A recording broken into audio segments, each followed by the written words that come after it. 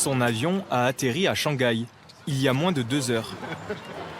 Nicolas Devilliers, le patron du Puy du Fou, débarque de Vendée pour superviser la générale de son nouveau spectacle. Premier visiteur. Un théâtre immersif de 46 000 mètres carrés, le plus grand du monde. C'est énorme. Génial. L'autre, il est trop fier. Ça le fait, non? Ah ouais, ça le fait.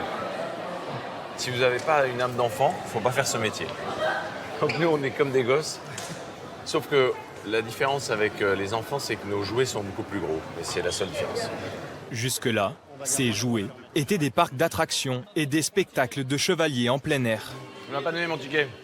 Mais pour partir à la conquête de la Chine, Nicolas a imaginé un nouvel univers, dans lequel spectateurs et acteurs se mélangent, dans le Shanghai des années 30. Toi, c'est un aimant.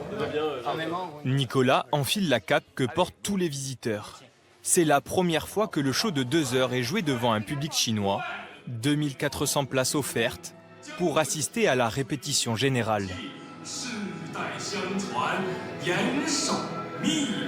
L'objectif, c'est de vivre avec les visiteurs le parcours du spectacle. Donc de voir comment le public chinois va réagir.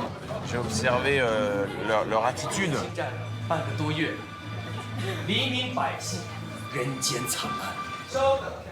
Un dédale de 50 pièces, avec chacune sa scénette.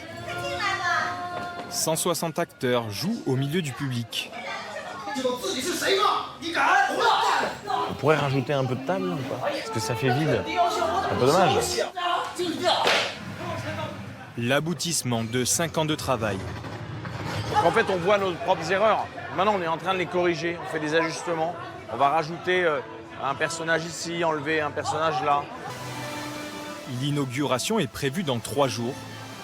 Une dernière ligne droite pour prouver que le Puy du Fou est désormais un acteur mondial du divertissement.